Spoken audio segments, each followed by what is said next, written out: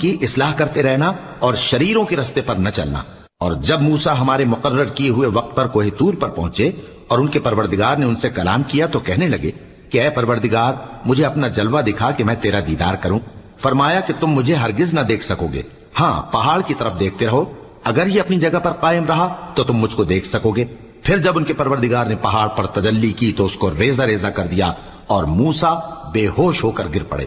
پھر جب ہوش میں آئے تو کہنے لگے کہ تیری ذات پاک ہے اور میں تیرے حضور میں توبہ کرتا ہوں اور جو ایمان لانے والے ہیں ان میں سب سے اول ہوں۔ فرمایا اے موسیٰ میں نے تم کو اپنے پیغام اور اپنے کلام سے نواز کر لوگوں سے ممتاز کیا ہے، تو جو میں نے تم کو عطا کیا ہے اسے تھامے رکھو اور میرا شکر بجا لاؤ۔